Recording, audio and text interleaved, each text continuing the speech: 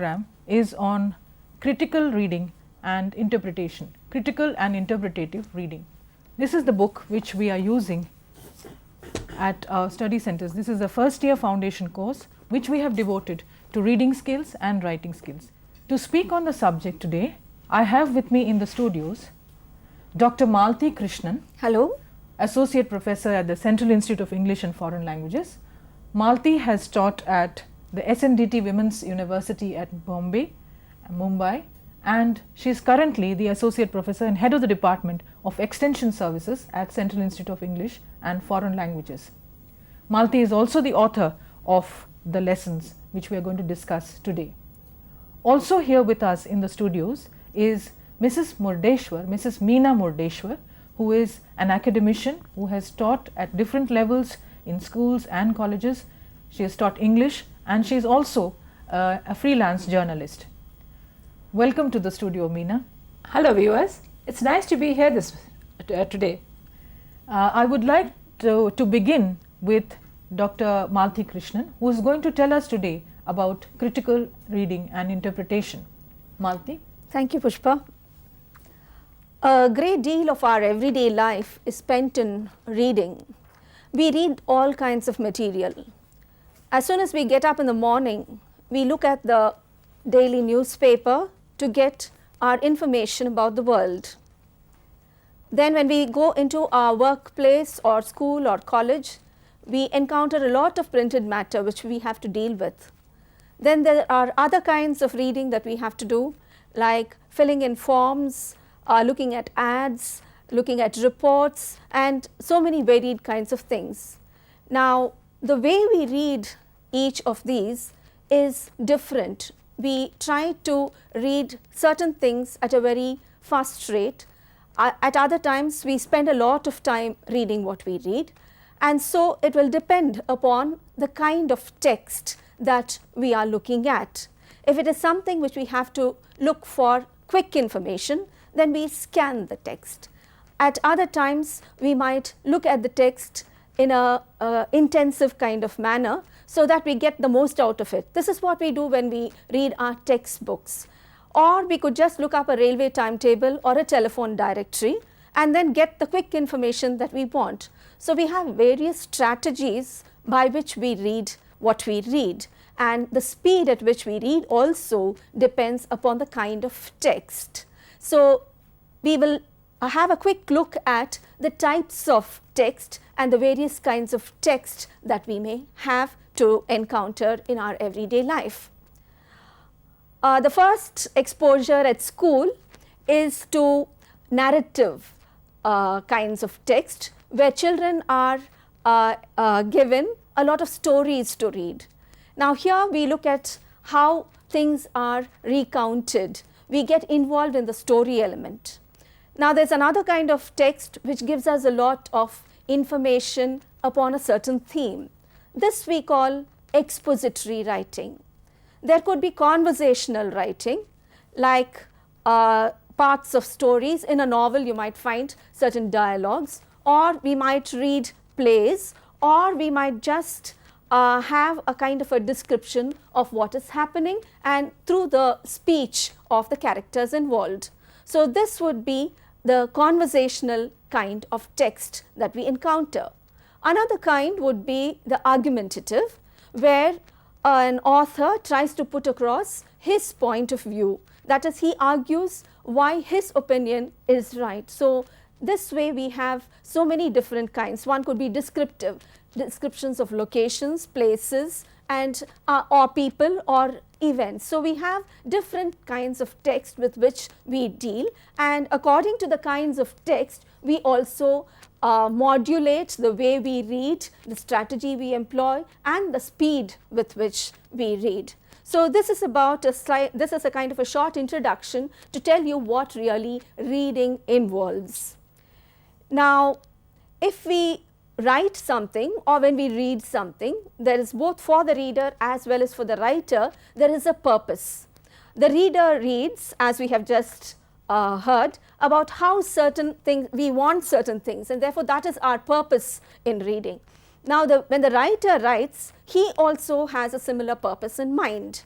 So what is effective reading? Effective reading is getting at this purpose that the writer has in mind. So, we need to know what exactly is the intention of the author while he is reading. This is the writer's purpose or intention in writing what he does, and we as readers try to understand what this purpose of the writer is and try to make meaning out of the purpose that the writer has intended while he wrote. Now, every word we read, or the words that we read, the sentences that we read, will have a literal kind of meaning that is called denotation. Now, often it happens that the words do not just mean what they mean. We go beyond the surface level of words and sentences, and that is what we call connotation, or the meanings of words in a particular context. So, we need to, when we read, it is not just the words that we are reading, we are also reading the context in which the words are couched. So, this makes for deeper levels of reading, and this is how we move on to critical and interpretative reading. So, the writer says something and we try to make meaning of what the writer says. Now, let us explore this a little further. Now, there is another way of looking at it. Now, there are certain things which we read which are just statements of fact. At other times, we have a kind of an opinion coming through these facts. Let us take the example of newspaper articles. Now, you might have the same event, but it would be reported in two different ways by two different newspapers. Now, why is this so? Now, this is because it is influenced by the policy that that newspaper adopts. This newspaper might be in tune with a particular organization, political party or government, and therefore it reflects the opinion of that particular reporter or newspaper editor. Whereas another newspaper will have a contrary kind of a report. Now, as readers, what do? We try to sift fact from opinion. Now, here are the two reports. How do we gauge them? How do we get at the actual facts and what can we evaluate as opinion? So, all the time reading becomes a kind of an evaluative process. We are judging what we are reading. We are not just taking in information. Now, I would like to refer you to a passage, 3 or 4 lines in the unit on reading, that is unit 12. This is from a novel by Anita Desai, and here is the character talking about a young boy saying he knew he could never earn enough in Thule to help his whole family. He would have to go to Bombay. Bombay was a great city, a rich city, a city crowded with people who had jobs, earned money and made fortunes.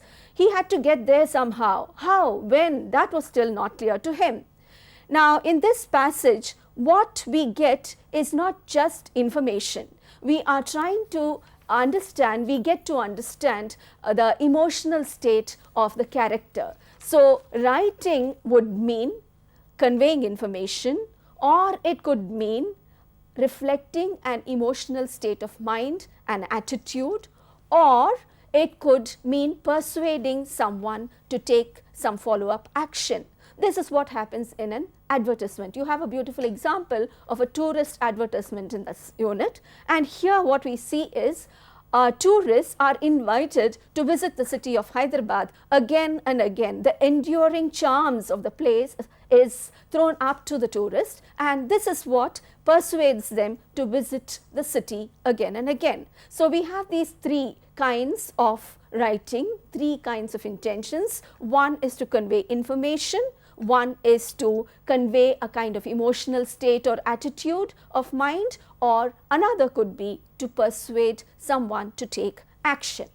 So, what you said, Malti, is that the writer's intention should Yeah. be understood by the reader. The Yes. reader should try to gauge the writer's intention. That will help them to read critically. Is that what you're saying? Yes, that is the first step in critical reading, getting at what the writer actually is aiming at. Does he want us to get the information, or does he want something further? You referred to denotation and connotation. You Yes. said that we perhaps don't need to read subject matter as it is given as words on the page. Perhaps we need to read a little beyond the words on the page. Yes. We've had lessons before this where we have spoken about reading the text itself. You referred also to the narrative, Yeah. where the story element is more important. So you're reading just to get the information. Yeah. Whereas at the second level, where we are looking for the intention of the author, we don't really read just the text, we read a little beyond the text. We were talking about clues.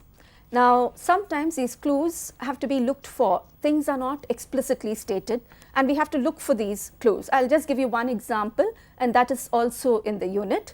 If we read something like this, "He too was a washerman, and what do you think," said Javni proudly, "he washed clothes for the Maharaja when he came here."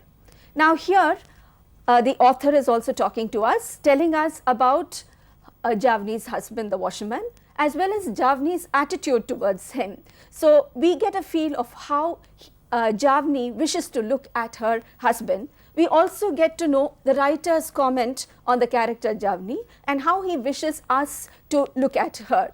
So we get such clues, and that is how we proceed with our reading and understanding. Now this is what contributes to enjoyment while we read. All these clues that we catch, which are not really stated. Very often we get our clues from the conjunctions that are used, or the sentence patterns. Now you could have very short sentences which might convey a very clipped tone, or you could have complicated sentence patterns, and this might reflect the complexity of the thought processes at work. So this is how, through words, through sentence patterns, so much of it is communicated, and when we are good readers, we are able to tackle the word level, the sentence level, the discourse level efficiently. This contributes to good reading. So it comes from practice, you say, that it's Yes, possible yes. to train oneself in this. We probably do it all the time in our own mother tongues. We Yes. probably do it when we are reading books which we enjoy reading. We don't just read for instance, if we read a detective novel or we read a mystery or a suspense, we're probably trying to look for the person, the culprit. We're trying to solve the mystery ourselves in our minds while we read. So we are doing that critical reading all the time. Yes. Would you say we're doing that? We do. Whether we do it consciously or unconsciously, we are doing it all the Right. time. And it is not just literature or just the reading text. We do it all the time when we are listening to people also. Now, listening and reading are parallel processes. So what we do while we listen, we also do while we read. The text is talking to us, and all the time the sounds of the text are entering our ears. So it's a kind of a transferred medium, that is all. So just as we evaluate people when we look at them and talk to them, we also evaluate what the writer means while we are faced with the text. Can we just give a short short interval here to the critical and interpretative reading theoretically, and ask Meena to give us her version or her experience of critical and interpretative reading? As you know, as Malti has just told us, there are different types of texts. There are descriptive texts, there are argumentative texts. These texts give you both sides of a particular question. There are narrative texts which of course tell a story. She told you about the conversational and the expository texts. These texts, the writer writes, but when the reader reads, he has to be trained to interpret and analyze them. What were the various styles that the author has used? What were his intentions? And what opinions does he have or wish to convey to you? The intentions of a writer would mainly come to tell you the purpose of his writing. This purpose could be, as Malti has just told us, to convey information or to evoke emotions. Let us for a moment also consider the intentions of a writer who wishes to persuade you. By way of persuasion, I would like you to look at some interesting matrimonial ads. As you know, these try to sell a product also. They try to sell a bridegroom or a bride and necessarily use superlative terms, superlative adjectives, lots of adjectives. You would also know that ads charge by the word, and therefore people try, the writer who is trying to insert this ad tries to put in as much meaning into as few words as he can, and in this they try to convey their preferences, their prejudices, their biases, and try to sell you a daughter or a son as a prospective groom for the people who are a groom or bride, for the people who are reading the ad. Let us take this about the Hindu, beautiful, fair, accomplished. Now look at the next few words: 31 MBA IFB ICWA. Now these are of course the fair, accomplished girl's credentials or her degrees, and we know from them that she is 31 years old. She is also a Singapore PR holder. PR, you might wonder what it is, but for the person who is looking for a Singapore permanent resident, he knows what PR means. She is unfortunately divorced, but she is innocent. She is God-fearing, which means she possibly is very regular about her pujas. She is home-loving, which would show that she is possibly good at cooking and doing up the house, but she is also issueless, and therefore, as they say in other parlance, she has no encumbrances. Now they have tried to make this beautiful Hindu girl as pleasant as possible. The only bit that goes against her seems to be the divorce, but that they have put in only one adjective. Look at the number of other adjectives that they have used to describe this girl. We will go on to another one. Here you can see the biases of the people who have been settled in USA. They are US settled Telugu parents inviting proposals for their daughter who has been born and brought up in the US, but has learnt Bharatanatyam and Kuchipudi in the US and India, which means she has possibly stayed in India for a while, is familiar with Indian customs, possibly talks her mother tongue, speaks in her mother tongue, and is also tall, slim and fair complexioned. She is 30/168. I suppose that means her height and weight. No, it must be weight and height, or age and weight. Really, yeah. Oh, age and height here. She is seeking medical professionals who are willing to relocate to the USA. Again, here you see that the parents are seeking an Indian medical professional who is willing to come to them and settle in the US. The adjectives used here in both these ads are very peculiar to matrimonial ads. Things like tall, slim, fair complexioned, they are superlatives. The girl might be tall by any standard or short, slim, fair complexioned. We are not given the standard here. We are just given a whole set of adjectives. But the intention or the purpose of the writer of this ad is very clear. Any disadvantage that the girl has been glossed over. All her positive qualities have been talked about. When men want a bride, there is a different language used altogether. Men do not ever seem to be having any disadvantages, or if there are any, these are glossed over. Gloss meaning not made much of, they are played down. Played down again means that they are not fronted. They are not fronted in the ad, they are put in somewhere in between. Take for instance the next one, brides wanted. Alliance invited from slim attractive girls below 38 Now, that could mean a lot of girls can apply. They can apply from 18 onwards because they are still under 38. For a bachelor who is in his early 40s yet looks smart and looks much younger. He is 170 by 68, which would give his height and his weight. These are all important details for an ad. He is also a teetotaler. The word teetotaler means does not drink alcoholic drinks. He is a non-smoker and he is a financially sound bank manager in Dubai. Now, look at the bit they are playing down. Vision poor but correctable. They haven't talked about it having been corrected. So, he still possibly has to go through some intervention for this. Girl and family are the only consideration. Reply with photo, which is a must.